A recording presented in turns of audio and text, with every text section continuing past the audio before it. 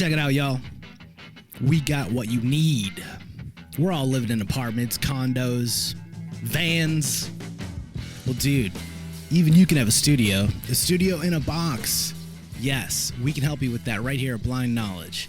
We work on your budget, and we figure out your measurements. We'll get you the best sound for the best price. Let me know, 877-237-1143 or at blindknowledge.com. Yep. Welcome back, everybody, to another episode of Paranormal, the New Normal, the show where I, your host, Jeremy, as always, try to make this world seem a little more normal. Does it ever happen? No, not usually. And it's definitely not going to happen tonight. So, and you want to know why it's not going to happen tonight? Oh, I decided to bring some weirdos in the show tonight. And, you know, that never makes things go normal. So, let me introduce them.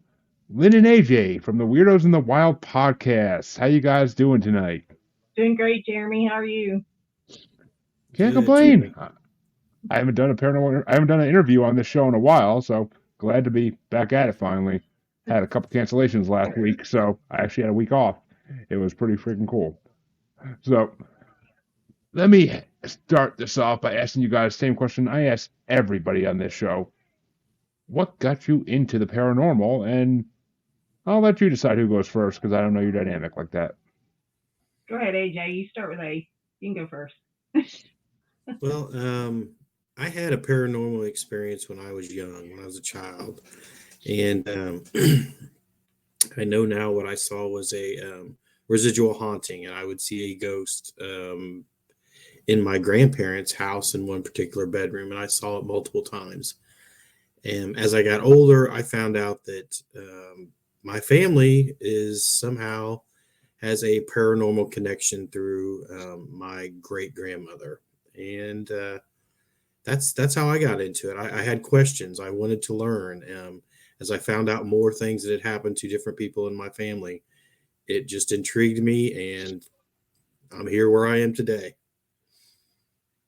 Gotta love a family history in the paranormal. That's always something to me that I'm always jealous of that because my family has nothing to do with the paranormal at all. I am like the first person I know in my family to have any interest in it. So it's just, or any experience with it even, as far as I know. So it's just, to me, that's just something I'm always like, oh, come on. Why did that happen to me? But Lynn? Yeah. How about you? When I kind of figured out what was going on, there was a direct line from my great grandmother on my mom's side. So it would have been, I guess she would be what we would call today a gypsy. So was she like a psychic medium or clairvoyant or something along those lines? She was more like the gypsy that would do spells, is what we would call it today. Okay. So more like a witch, kind of. I mean, yes. Like a light witch. I'm not saying she's a dark witch, but a light witch, you know. No, but I think that's what you would call. Yes. That's like I said, that's amazing. I wish my family was more into that. I do. But Lynn, how about you? How'd you get into the paranormal? Well, as far back as I can remember, I've seen ghosts. I've seen things in mirrors behind me and all that stuff. But when I was about 12, I have a little background on me. I have a rare heart condition called Brugada syndrome. And basically what that does is it's a sudden arrhythmic death syndrome. So it kills you in your sleep. So when I was about 12, I passed away in my sleep and actually left my body and floated above myself and looked at myself and kind of floated up through the ceiling and up over the roof. And I could tell you everything on the roof and all this stuff. And I said, I remember looking down at myself saying, I am not done with her. She's got to get married. She's got to have kids. She's got to go to prom, just all these experiences that I was supposed to have with her. It was like her. I was looking down at me. And I went whoosh, right back into my body. And that feeling where your foot falls asleep and it's tingly? That's how I felt from head to toe. But it seemed like from that point on, things got a lot stronger and a lot more involved for me on the things that I was seeing, and being able to, in some aspects, a little later in life, communicate with the things that I was seeing. And then to actually start getting into that world and getting some of that validated, it just kind of got me hooked. So from that point on, I've been very interested in the paranormal and getting into putting myself into all the situations where I can experience things. So an NDE actually got you. Yeah. Kind of.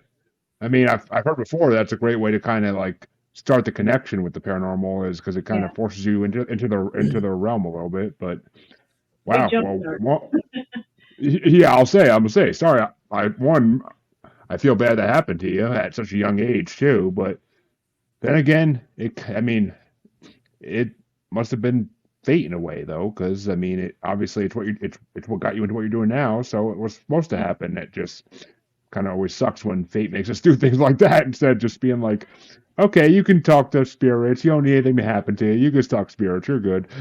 Like it's just no. We're gonna. Oh, go ahead. Well, I was just going to say that I think well, now I've kind of forgot what I was going to say, but just that I think now I remember. I think I had a reason to stay, and I'm still trying to figure out that reason, but I think I'm getting there now at this stage in my life. But so I think that happened to me as, something that I had to go through to get to where I am now. So. Yeah, I mean, it makes sense, and then also at the same time, it's just one of those things like, why does it have to make sense this way? But right. I mean, we don't pick the cards we're dealt. We just kind of run with them. And so I guess the next question would be kind of like the conclusion of that story. How did you two meet and start Weirdos in the Wild? Well, AJ and I actually worked together a few years ago at a company, and just through some conversation, we kind of found out we were both interested in the paranormal and started sharing our stories. And then I'll let AJ take it from there because it was kind of his idea. Well, we were actually on a ghost hunt. It was how this came about. We are part of a group that's called Beyond This Life.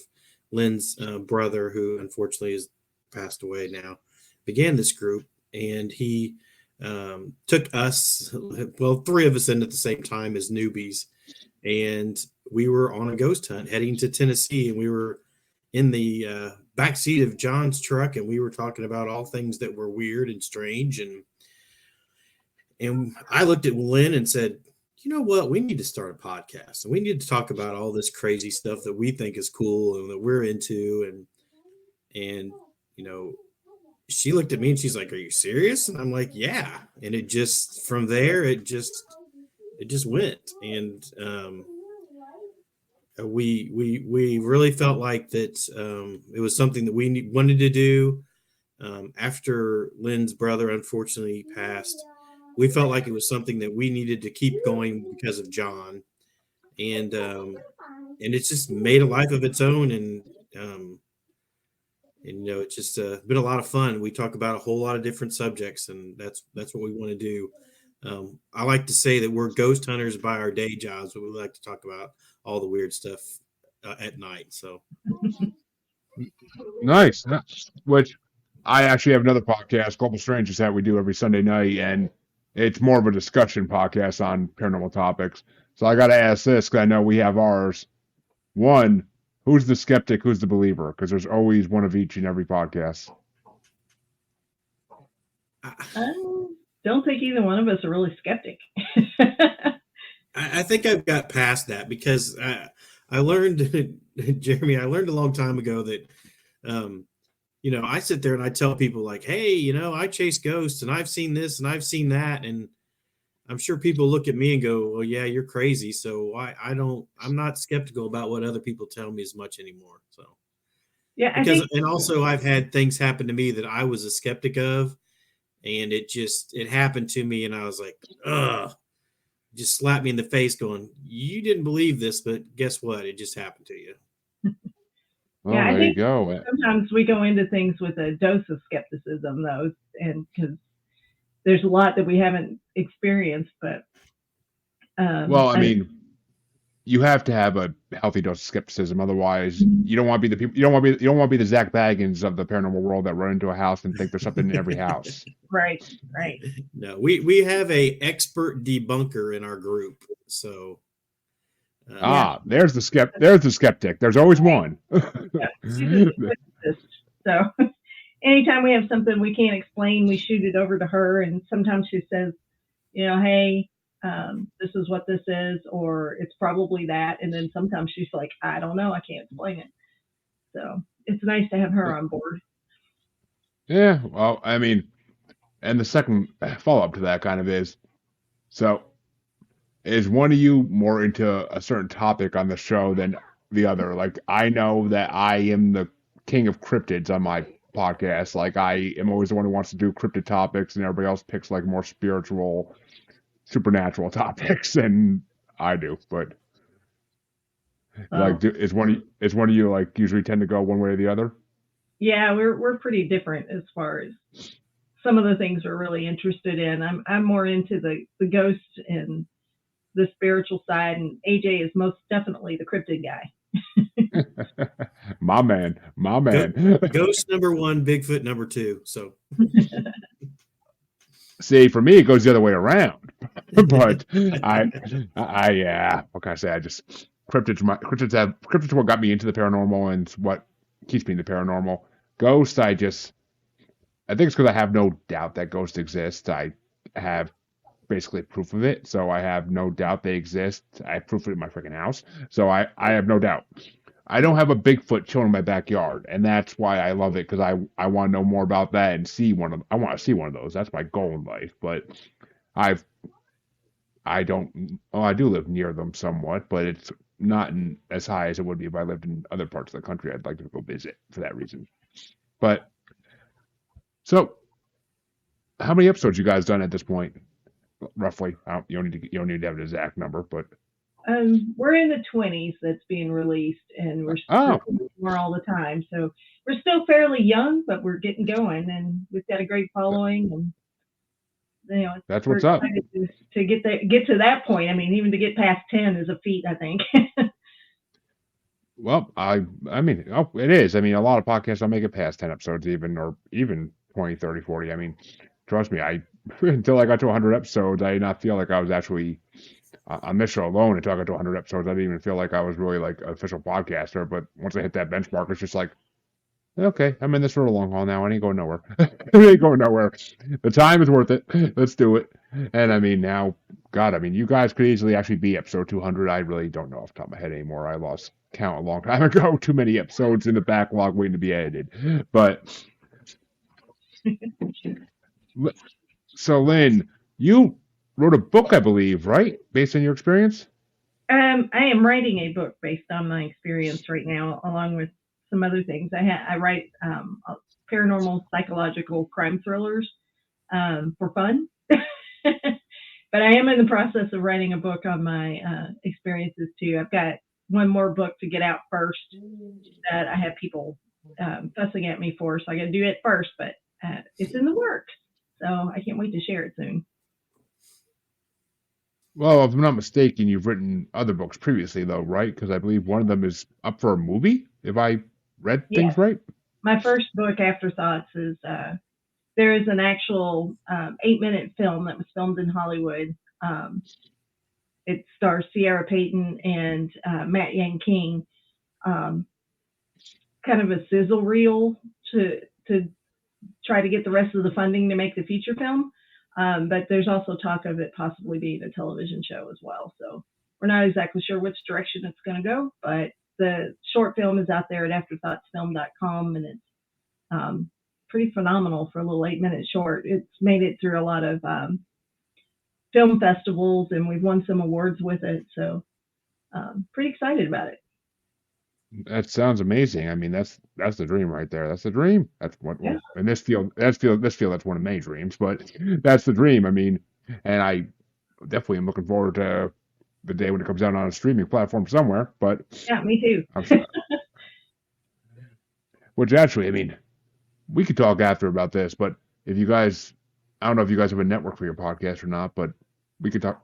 Might have a place that would definitely welcome you. We could talk about it after. But Okay. So let me ask you this, because this is why I love to ask people who are investigators. What, and this you can both answer this question obviously, but what was the most horrifying experience you had, and what was the most moving experience you had emotionally? And yes, these are hard ones to pick, I know, but that's why I love it.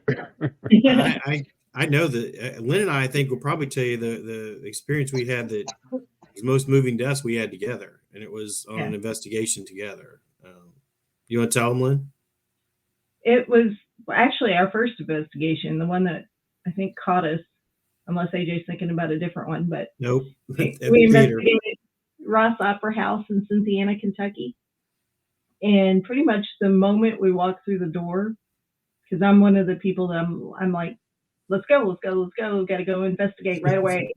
And it's definitely her. As soon as we get in the door, she runs and just starts investigating. Yeah. So I get a little excited. But my brother had told me that behind the movie screen, because they show movies there now, that was a hot spot on the stage behind the movie screen. So I grab AJ and my daughter Becca, who's the physicist in the group, and I said, let's go. So we went down and got behind the screen, and AJ says, I see something. And I'm like, where? And he points out, right along the screen, there's something moving. And we could see something black moving. And the three of us are standing there watching it. And it stepped out in front of all three of us and stared us down for, a good 30 seconds or so. And finally went back on its way. And I remember the entire time, all I could think in my head was, this is real. This is really real. I've not been imagining these shadow people my entire life. I'm staring at one right now with two other people. It's really real. But then we had another experience I'll let AJ tell you a little bit later with the shadow person at Ross Opera House as well. Yeah, and it was we were the rest of our group had gone behind the screen, and they were trying to communicate with the entity that was back there. And they did communicate with it, and they actually got something to materialize there as well, which was really cool. And we caught that on camera. But Lynn and I were sitting in the seats in the theater, and we were, I don't know, 3 or 4 rows back, and we were sitting a couple seats apart from each other. And I was kind of watching one side of the stage. I saw some movement over there, and I kind of got tunnel vision just watching that over there. And I turn back around and I look at Lynn, and there is a black figure that is leaned over her shoulder, just like back here over her shoulder, looking right over her shoulder as if it was just looking at whatever she was doing. And I jumped, I yelled shit. I mean, it scared me to death. And I go, oh my God, it was right there. And she goes, I know it was, I could see it over my shoulder the entire time. So that night was just what set us off. It put us on the path. And I mean, we went to John and said, we want in, will you take us in the group? And we've never looked back since. I think the most terrifying though was this last investigation that we did, and we haven't even talked about on our podcast yet, but so you're getting an exclusive here. We went to Randolph County Asylum in Winchester, Indiana, and we were all in a room. Missy, one of our members of the group, got sick and had to leave the room. And there was 5 of us. We were investigating with Oldham County Paranormal Research too. And we were watching down the hall and watching a shadow kind of peek out at us. We had a laser grid going. And as we're talking, something came up and shoved me in the chest and knocked me back. And I said, something shoved me. And it wasn't within maybe 2 minutes. I grabbed all my stuff and I went back to the front room where we had all of our equipment. I'm like, I'm done. And that moment almost made me give up ghost hunting for a few minutes. And then I'm like, no, I'm not. This is what I want to do. It's what I love doing. And I got right back out there with them and finished the investigation. But it scared me for a little bit, I will say. As well it should. I mean, shadow people I've heard mixed reviews from people who investigate, but most of them say that shadow people like to mess with humans or try to scare them, and physical contact is a big way of them doing that. And yeah, I can't say I would act any different. I'd be like Scooby-Doo and Shaggy running on air, getting out of that house as fast as possible. But all right, I'll tell you the one experience I've had in my house that can kind of match those. And I've said it on this show before, but it's been a while. So for any new listeners, you're in for a treat. So when I first moved into this house, I bought it back in 22. When I first moved into it, I had paranormal investigators come in because other people were seeing things. I didn't see anything because I can't see. I can feel, apparently. I found that out later, but I can't see. So we're in one of the bedrooms, and I mean, they were both investigators, and the lights are off, of course. They got all their equipment running, and they're all of a sudden, like, I start to get really cold feelings down my back, my spine. And I'm like, do you guys suddenly feel cold? And they're like, no. And like, so one of them just grabs a camera, starts taking pictures of me real fast. And I'm like, what are you doing? And they're like, we'll see if anything comes up in the pictures because you might have something near you right now. And then, because I was talking to them about everything I fixed up in the house when I first bought it, and all of a sudden out of nowhere, I just hear like the lowest voice in my right ear, and it says, "Thank you." And I was just like, like I almost Scooby-Dooed it out of that room. If there wasn't two other people in there with me, I would have, but I felt safe because there's investigators in the room with me. But I just wanted to run out of that room as fast as possible because it was just the creepiest thing that ever happened to me to hear a disembodied voice in my ear, and no one could tell me I didn't hear it because no one could tell me. I could still remember to this day hearing it. And funny enough, I get an email from them a couple weeks later. The pictures came out, and I'm standing like this, like I was standing like this, my arms kind of hanging, and underneath my arm, in my armpit area, you could kind of see what looked like a face in the top half of a person, like sticking out underneath my arm. Oh, wow. And I mean, some people can see it, some people can't when they look at the picture, but I noticed it right away after staring at the picture for like 5 minutes. I was like, whoa. I'm like, that's creepy as hell. And it looks purplish because they had a purple strobe light going in the room for picture reasons, I guess. I don't really know why. But, I mean, it looks purplish, but it kind of looks like an outline of a person, and it kind of freaks me out. Because there was nobody else in the room at that point. My kids weren't in the room at that point. They were nowhere near us, so it was just, yeah. To this day, I still walk around this house every day just like, are they behind me right now? Are they in front of me right now? Where are they at this moment? Because I know they're here, and it's weird because I usually podcast in my garage during the warmer months, and I've had mediums on the podcast tell me like there are just spirits all around you right now walking around. I'm like, really? She's like, yeah. I mean, we staged the house one time, and I mentioned that, and they're like, well, she's like, that explains it. I'm like, explains what? I'm like, she's like, they're all walking around like they're like zombies, like they're just stoned. And I'm like, oh, I'm like, well, we did just stage the house. She's like, that makes sense. Okay. But so, I mean, yeah, that's the terrifying experience happened to me. Probably the only one that I know of. Who knows what they do when I'm sleeping? I don't want to know. But let me ask you this now. Since you are paranormal investigators, have you ever done any UFO investigating or alien investigating? I haven't. Have you, AJ? No, we haven't. It doesn't mean I don't believe, because that's something that I really want to do. But we may have an opportunity. Yeah. To do that. And I am a big, huge fan of the Skinwalker Ranch, where they're doing all the UFO research. So I definitely have a huge interest there. And, like I said, I've not experienced anything, but I don't discount much of anything anymore. So, I've seen UFOs plenty of times. I mean, where I live, the county I live in, it's kind of a common thing to see UFOs at night if you look in the sky.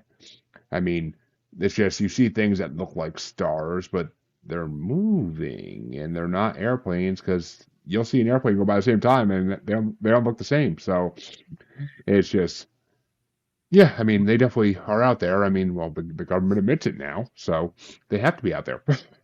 But I don't know. I believe in them way before that anyway. But I don't know. What do you think about aliens, AJ? Oh, I definitely believe that there's more than just us in the universe. I think that's, if we think it's just us, that's kind of a crazy thought to my mind. If the universe is as large as everybody believes it is, then why would we be the only ones here? Um, that's kind of my thinking.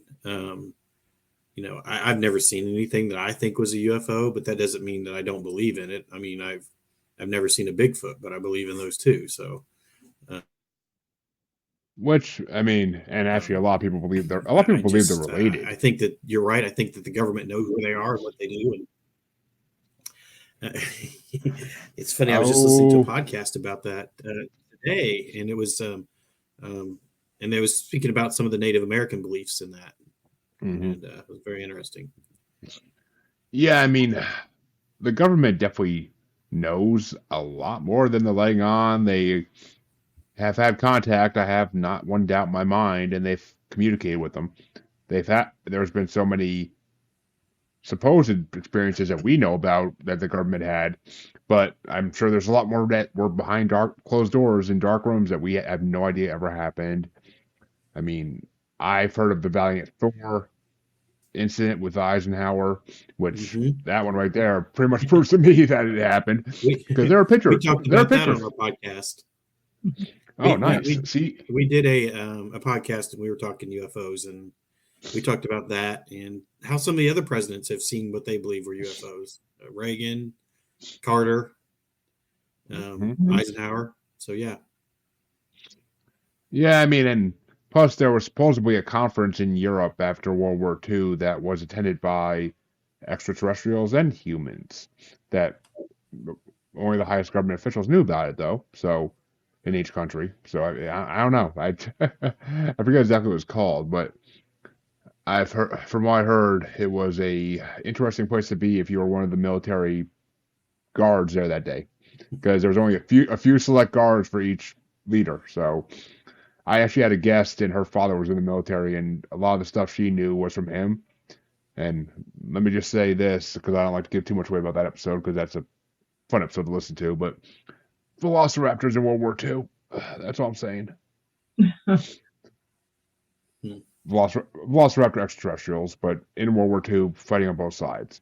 And I'll leave it at that. You can go listen to the full story if you want, but it was literally the one moment in podcasting where I was sitting there with my mouth open, not able to say a word, just like I'm so happy to be hearing this right now. I really am, because I actually believe it. I actually can believe it. I really can. I've heard stories of extraterrestrials looking like dinosaurs before. So why wouldn't they be involved in a war where nuclear devices are starting to prevail? Why wouldn't they be involved? It just kind of made sense to me. And I mean, I just can't imagine seeing a Velociraptor extraterrestrial, not losing my shit. But that's me personally. My son would probably be in heaven. He loves dinosaurs, but I would be like, they're not friendly. Let's go. but as I kind of mentioned a few minutes ago, though, a lot of people say that Bigfoot and extraterrestrials are related. I am kind of in the middle ground on this. I don't know which way to go with it because of my Bigfoot beliefs. I don't know which way to go with this. So I kind of like to ask anybody else in the paranormal field like what their opinion is on that. So you're saying are you between I'm the Bigfoot being a natural creature versus the woo, I guess as they call it. I what was that? What was that term? I don't think I've heard that term. Woo, which would be Woo-woo. like Bigfoots can travel between dimensions and go Oh, through portals and yeah. Okay. So yes, I am kind of in between them being a natural skin and bone creature or being extraterrestrial slash ultra terrestrial. ultra terrestrial is a term I know for that. So when you said woo, I was like, what? Yeah, I've heard it called woo. So I could believe it, but that's not what that's come across my desk yet. So I like that. I like that though. I will be using that in the future. I'm just saying. But yeah, that's what I meant. I'm kind of in between the whole Bigfoot has been Earth since the beginning of time thing, and the Bigfoot is a extraterrestrial / ultra terrestrial dimension traveler. So what I don't know. part of the country are you in, Jeremy? I'm in Massachusetts. Oh, okay.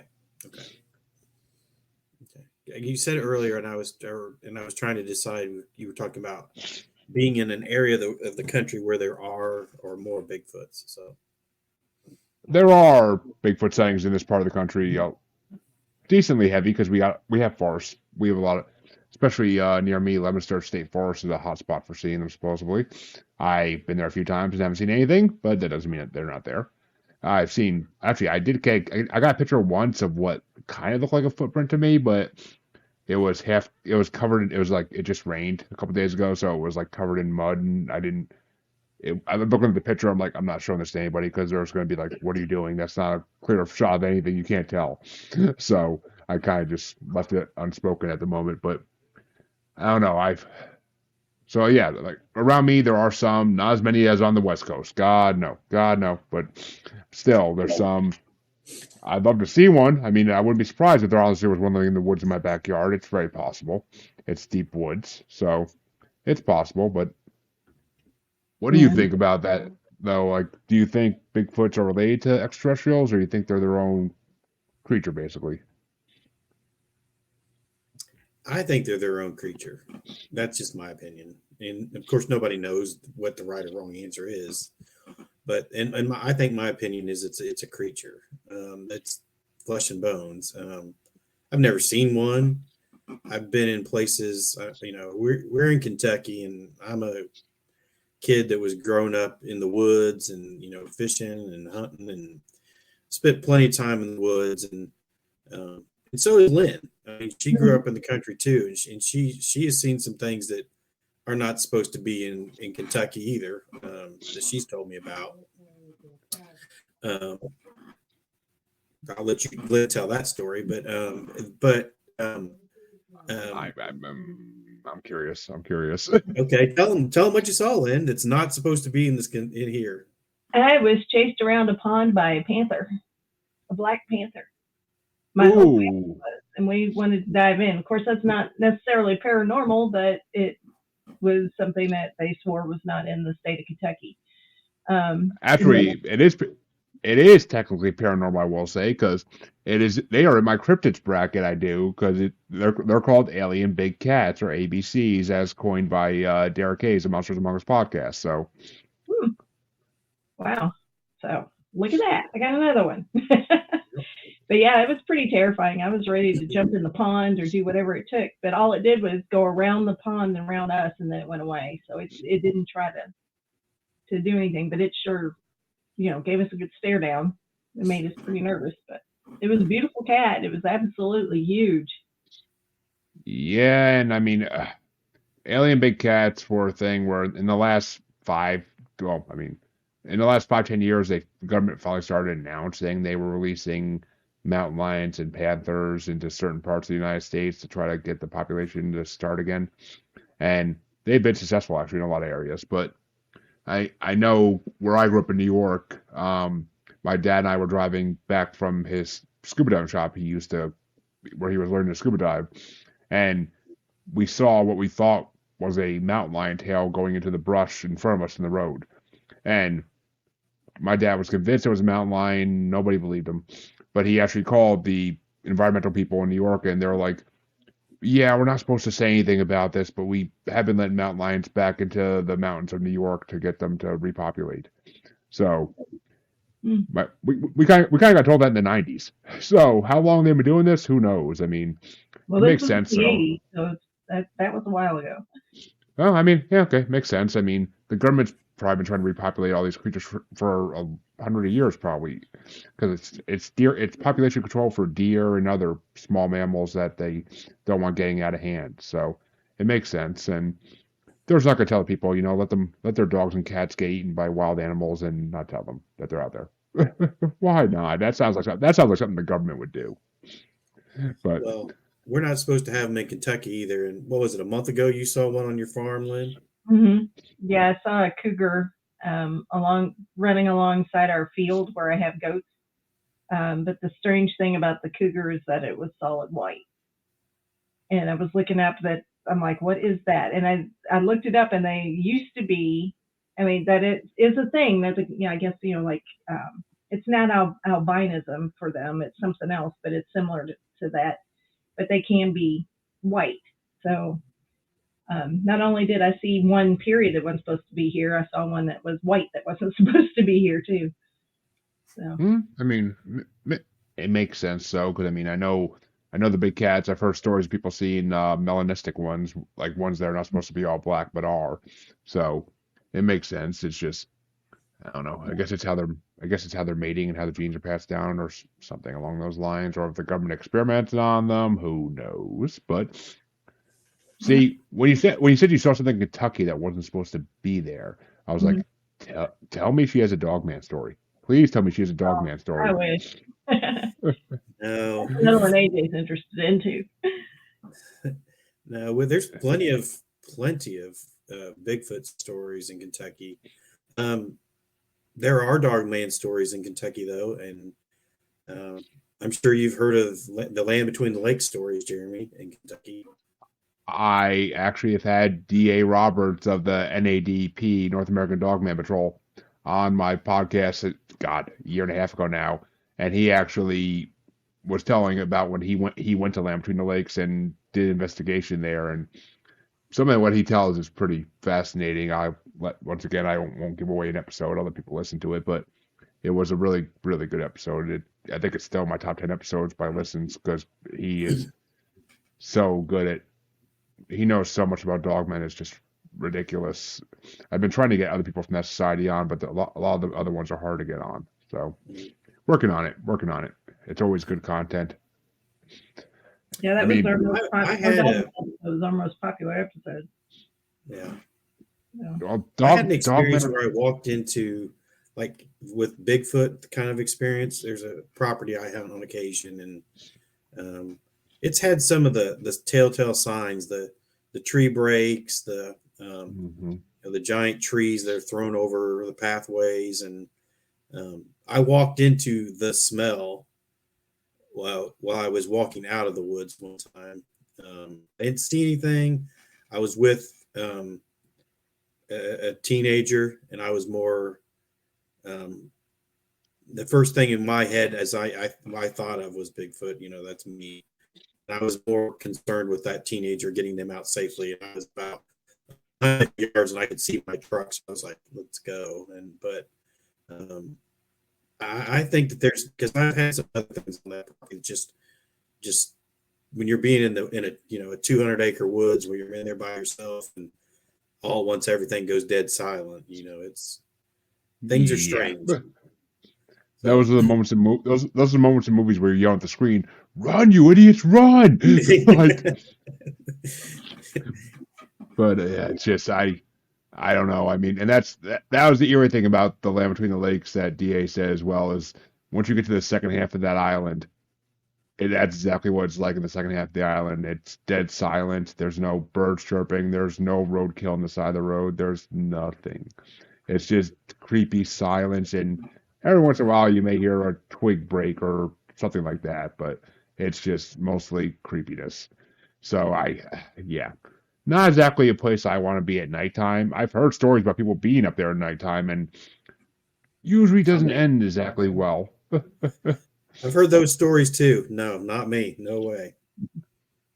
And also, of course, can't forget the Beast of Bray Road, which is in Wisconsin, which is kind of by you guys in Kentucky. And I've heard Linda Godfrey talk about all the time she was up there investigating that, and she has some close encounters with that creature. So that's, dogmen are becoming the new Bigfoot, and that's why I love is that they're finally getting the recognition they deserve. Because I first heard about them on Monsters Among Us podcast about, probably back in 2016, 17, and even then they were like unheard of. even when I started this podcast, like I started talking to people about them, and they're just like, "What?" They're like, "You mean werewolves?" I'm like, "No, I don't mean werewolves. I don't like the freaking term werewolves. They're not werewolves. They don't change the full moon. They're the way they are permanently. They ain't changing back and forth." But I don't know. It's just we've done a couple episodes of them on my other show too, and it's always my choice. But I mean, because they're one of the most, they're my favorite cryptid by far. I just find them so fascinating that they've been around for so long, and yet you never heard about them like you did Bigfoot. So I They're don't know. Lynn's. That's Lynn's cryptid. Really? Yeah. Well, I mean, you own a farm of goats, so yeah, I'd be looking at Dogman too, because everybody knows Dogman. Of course, so yeah. Everybody knows Dogmen love farms, so for obvious reasons. But yeah, I mean, that's my wife's dream, to own a farm of goats, and I'm just like, no, I'm good, I'm good, I'm good. I know where you can get some. I'm sure you do. I'm sure. All right, well, just to bring it back more to your guys' realm, I guess. What do you think shadow people are, since you've actually seen them? What do you think they are? That's a good question, because I'm like on a permanent quest to find that out now. But the one that we stared at for the 30 seconds, I got a good clear view of it because it was backlit, because we hadn't gone lights out yet. And it had, like, all around its outside, it had what looked like hairs, but it wasn't hairs. It was like sucking in energy. Like, I almost feel like it's like a mini black hole. It was sucking in blackness to make it look more black. But, the hairs weren't like way out waving in the breeze. They were really close to the darkness of the shadow person. So that's what I saw. And I know I've seen other shadow people that didn't look like that. So I think there's different kinds. And I don't know if they're all like different breeds of the same type thing, or they're all different things. But I feel like a lot of them do have negative, dark energy to them. And I think they feed off of that, just from the feelings I get when I've been around them. I don't know. AJ, you experienced it too. Do you have any takeaways on that? Sometimes I feel like what it is they are intelligent, because we've been in places where it seems like that at Ross Theater, where it seemed like it was curious about us, and we've had those experiences in other places. We were at Post Town. Oh, yeah, Post Town. And they kind of like to watch us there a lot. And it seems like they just kind of poke their head out and they look and they want to see what we're doing just as much as we want to see what they're doing.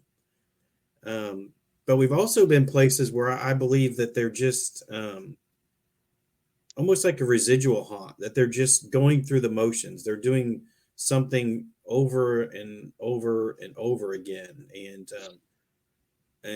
Lynn and I have seen that too, where it's like they're just doing the same motion back and forth, and in that broken record kind of yeah, like the residual hauntings on Supernatural, basically. So I mean, yeah, sorry to bring pop culture in, but I have to. and I do. I think that they're kind of both. Lynn's right though. We've come across what we've been. Well, we've never been harmed by them, but what we've been told are the bad ones as well. When we were at the last location there, the asylum, we came across something there that was a dark type of figure, shadow figure, and it did not feel like we were welcome at that point where we were. Yeah, but even then, it just watched us and then backed away. But we've seen things, at Waverly Hills, they talk about the creeper. We've had 8 of us sitting there pretty much telling it jokes. I know that sounds silly, but it creeped along the walls to us, but it never came, it didn't bother us or anything. So we just sat there with it, and it was just, you could tell it was kind of a negative feeling, but I didn't feel like it would hurt us. I don't know how to explain that. It was just. Well, I mean, see, that's one of the things I never hear the same answer on, because I've had people tell me that shadow. I had an investigator tell me that he worked with a family for years to try to get rid of the shadow people in their house, and the shadow people in that house were just basically turning the house completely negative. The family was constantly fighting. The parents were about to get divorced. The children were misbehaving. Like, it was basically ruining that household. And he believes I have heard that too. Mm-hmm. His belief was that they feed on negative energy, and that's what sustains them, basically. So they kind of create it at the same time as they're taking it in to try to, because they have to create it, otherwise they're not going to have enough of it. Kind of like a energy vampire in a way. But I've also heard the theory that they're just, like you said, residual hauntings that are left there, just someone that did the same thing so often in their house or their hotel that they just, left a mark when they died regardless, because they're meant to stay there. And then the third thing I've heard is that they're, kind of my theory on them too, is that they're part of the evolution of ghost. Because I think ghosts evolve. Mm-hmm. I mean, I think they start off as the wispy fog that has no shape at all. And I think they evolve into shadow people eventually once they learn how to harness what they can do. And I think the final evolution of them is kind of the full body apparition, like Ghostbuster style, that investigators rarely actually see, at least from what I've been told. Yeah, I don't know. It doesn't happen often. I have seen a full body apparition. But it's not common though, right? It's not really a common thing. Shadow people do seem to be the most common. Sorry, go ahead. I was just saying, we've seen the mists and partial apparitions and stuff, but yeah, I mean, pretty much everywhere we go, we find shadow people. So. Which would make sense with my theory, because that would be the middle evolution, and that would make sense with them poking their head out just to kind of like, and being curious to what you're doing, because they know what they are at that point, and they're just kind of hanging out, seeing what's going on around them. So I don't know. It's a mystery. I don't know if we'll ever actually have an answer to, but it'd be nice if we did. But you'd have to communicate with one to do that, and I don't know how that's possible, really. Mm-hmm. I mean, I never heard of a medium being able to talk to a shadow person. I never have heard of that, and I have spoken with a lot of mediums in my time, and not one of them has said, "Oh yeah, I spoke to a shadow person." Like, I probably would fall off my seat if they did say it, but Velociraptors in World War II did that already, so let's try not to have that happen anytime soon. But, well, what are some topics for your show that you guys want to cover that you haven't covered yet? That's always I always like to hear what people say to that question. Oh, we have a list. We do have a list. I keep it right close by, Jeremy. Part of it. I was gonna say that's a list. That's a pretty tiny list. Well, we keep it. It's our list goes back and forth. But I sit here at my desk, and when something comes up, I just jot something down real quick. One of them is Land Between the Legs. It's on here. We haven't done an episode on that. Mirrors is going to be soon. What was that? You broke up when you said that last one. Mirrors. Like using mirrors as portals. Oh, yeah. Mirrors being portals. Okay, yeah. Okay, that makes sense. I was like, what are mirrors? Is that some new cryptid I haven't heard of yet? But yeah, actually, I have a guest that. Ooh, you reminded me. I have one of my first guests actually has to come back on at some point and tell his mirror stories. I keep forgetting to reach out to him. To-do list. But well, let me ask this: have you done one yet on living dinosaurs? No, we have not. We've done giants. We've done little people. We've done fairies, but we've not done dinosaurs. Ooh. That's a rabbit hole AJ will be going through tonight, I'm sure. Yeah, thanks, Jeremy. I'm down that rabbit hole tonight. Oh, well, my there's a reason Mokele and Bembe is in my top 5 cryptids of all time, but yeah, yeah. Once you get into living dinosaurs, it's a rabbit hole and a half. I've spent I literally made our one podcast episode about them go like 2.5 hours because I just kept bringing up more and more cases of different creatures that have been seen around the world. So it's it's a fun topic. You'll have fun with that one, I guarantee it. And there's a lot of not believers in that. There's a lot of non-believers on that topic, and it drives me nuts because I'm like, you really think something couldn't survive that long? I mean, look at alligators. Look at all these creatures turtles, all these creatures that have survived for thousands of years since the time of dinosaurs without being interrupted. So why couldn't they exist? They're finding them in the ocean, so why not? Yeah. See, I don't even like to put sea monsters into that category because then it just gets too big and it's just going to be a 6-hour long conversation. But sea monsters are their own damn topic, and yeah, and we've done those too. I mean, that's part of living dinosaurs. It is, but I love sea monsters as well, especially the idea of mermaids, which have been making a boost lately in paranormal news, which I can't explain. I mean, what do you guys think? Do you think mermaids could actually exist? I am at the point in my life where I think just about anything is possible. Because I've been through some stuff where I didn't believe it before, and then now that I've experienced it, I'm like, oh crap, now I got to believe in that too. You know, so I don't discount much of anything if somebody's experienced it. You know. Yeah, I mean, it has to be something that's been experienced very often, and it has to be something that I don't know. I mentioned it before in the show, but Monsters Among Us podcast by Derek Hayes. It's all people that call in their own experiences with their own voices most of the time, and some of the people I hear the stories, I'm just like, I don't believe the way you're telling this story it happened. I don't believe your voice. I just don't believe your voice. I mean, that's a minority of the time, though. Most of the time in that show, I 100% believe the person. I mean, there was literally a guy on there named Mac that got breastfed by a Bigfoot when he broke his back falling out of a tree blind. And I've heard his story probably 7, 8 times now because Derek likes to replay it all the time because it's like one of the most amazing stories ever. And I think Mac's telling the truth because I think he's just a poor innocent Southern boy. I don't think he's lying. I think he's just telling the truth. I don't think he would have a reason to lie about it.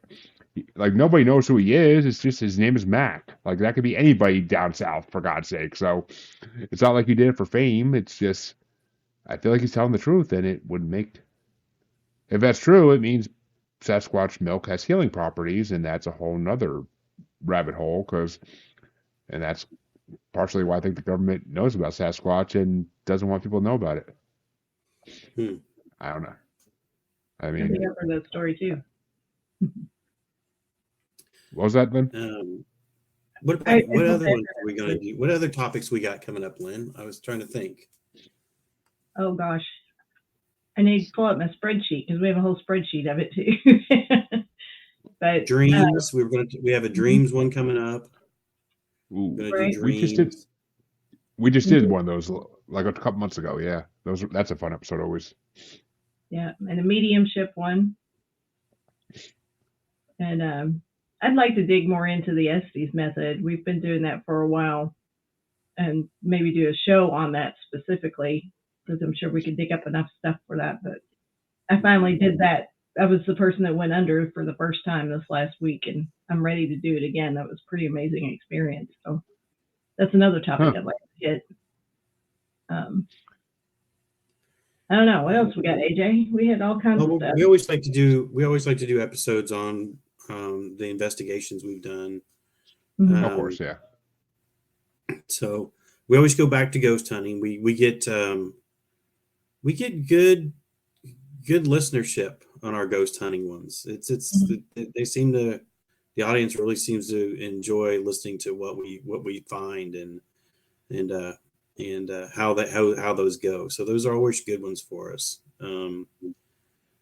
So we've got paranormal investigators are definitely, there's a couple paranormal investigator episodes in my top 10 episodes at least. So they are very, people like to hear it's like it's basically like hearing real life Ghostbusters in a way. So Mhm. people like it. I mean, it's something that going on paranormal investigations has become like a touristy thing almost at this point in some places because it's just like I know at the what's that damn ship? What's that ship? What's that military ship in New Jersey? They let everybody go investigating on all the Queen time. Mary? Queen Mary, yes, thank you. I could not think of it for anything. Queen Mary, yes. Like I know that's almost become like a tourist attraction in New Jersey now, where people can go on investigate that ship and like go look for ghosts on it. I see it advertised on Facebook all the time. It's just, I mean, I see nothing wrong with that really. I mean, as long as people are not being allowed to disrespect the history and disrespect the spirits that are there while they're there. I mean, then I see nothing wrong with it. It's a good way for people to open up their world to the paranormal, and I'm completely down with that. Right. That's one of the main things I like about going on paranormal investigation is the history and getting to get in and see these old buildings and learn about the things that happen there. I think I get more out of that sometimes than I do the actual experiences. Yeah, we're a group that believes in being very respectful. Yeah. Of course. Of the place and of those people that are still there. It actually pisses me off when you see these people on television that go in and try to provoke, and I think it's very disrespectful. If you believe that there are ghosts there and you believe that they live there, then you need to treat them with respect because you're in their house. That's the way we look at it. I agree 100%. I refuse to watch pretty much any investigative show, any ghost investigator show, because it's just, I can't stand them. I don't need to see you running into the house like, oh, come face me, ghost, come face me. Like, who do you think you are, one? And two, no ghost is going to respond to that. They're going to pretty much laugh at you in Ghost and just float the other way, because it's like, why? They're not going to answer that. It's just like, that's disrespectful. And then all of a sudden you make up that they're touching you and you run out of the house. Like, I can't stand those shows. I really just can't stand those shows one damn bit. Like, I never could. I never could watch them. And everybody always thought, like, oh, Jeremy be into that. I'd be like, no. I will gladly watch Monsters and Mysteries in America, Monster Quest, all those types of shows, because they actually come at it with a scientific approach and respect it. Well, yeah, maybe that's why I like the Skinwalker maybe Ranch. poke fun. I mean, well, who doesn't like Dragon? Come on now. But I mean, I'm behind on Skinwalker Ranch, but I do love it. It's a really informative show, and some of the shots they're getting on UFO that they're showing on international TV at this point is just like, wow, that's groundbreaking. Like, you never saw that type of footage before on TV. So, right. And I don't think they're faking any of that. Really, I can't. I tried looking to see if I could like tell if they're faking anything, and I just don't think they are. Like, it just seems like they're out there to really prove things. That's what they're actually doing. They're not just trying to make good TV.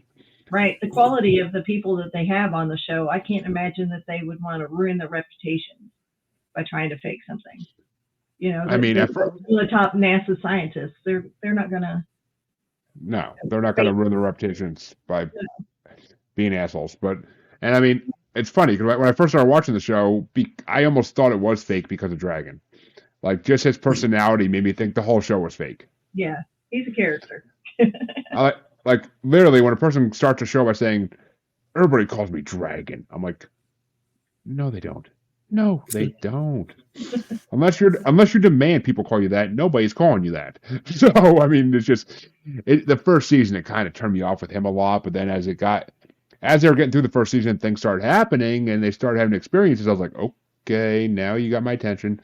I could deal with Dragon if I can see all this. I could deal with Dragon. It's just, I don't know. It just drove me up a wall. But, well, I want to thank you guys for coming on, because it's been a fun show. And if you ever do guest, I would love to come on your show, and talk about whatever topic you're talking about that week. But glad to have you. Where can people find you? Where can they find your show? Where can they find your investigative group? We Weirdos in the Wild podcast. We're pretty much everywhere on social media. We distribute through Podbean, so you can find us on Podbean as well as anywhere that you can listen to a podcast. Our investigative group is called Beyond This Life Paranormal. You can find us mostly on Facebook and TikTok, and then btlpara.com is our website. There's just 5 of us in the group, and we usually travel light, but we get a lot of good experiences that way. So we have some amazing things that we've caught. Yeah. Yeah, never mind that demon in AJ's basement that he caught. But oh, actually, we didn't even touch on those subjects, but that'll be another time. Right. Well, well, I want to thank you guys for coming on. It sounds like my dogs are breaking the basement down, but it has been a pleasure having you. And for all my listeners and watchers, you know where you can find me. If you don't by this point, just shame. But check the outro. You'll hear it all there again. I ain't saying it again. I get sick of it. But I will be back Wednesday, I believe. I have another podcast taking on the Cryptids bracket, a 2-on-1. And then Thursday, I have another interview for you guys. So it's a busy week. And yes, I did just win Parapost Network Podcast of the Week for the 4th time. Thank you all for listening and watching. You helped that happen. So keep it up. If I can win about 20 times, I'll be good. Then I can retire in my mountain of gold. I'm kidding. I wish. But I will see you all on Wednesday. Thank you again, Lynn and AJ, for coming on, and have a good night, everybody. Thanks, Jeremy. You can find me on Facebook as Jeremy Bryant, or you can find me as Uncensored, Unapologetic, and Untamed UQ Podcast Collective Facebook group. You can find me on Twitter and the Instagram as @JuggaloBastard, or should I say X now. And you can find me on TikTok as @JuggaloBastard Podcast. You can also find me on YouTube as Paranormal the New Normal. And you can also find me streaming on YouTube as Blind Knowledge Network, because all knowledge is blind until they admit Bigfoot exists.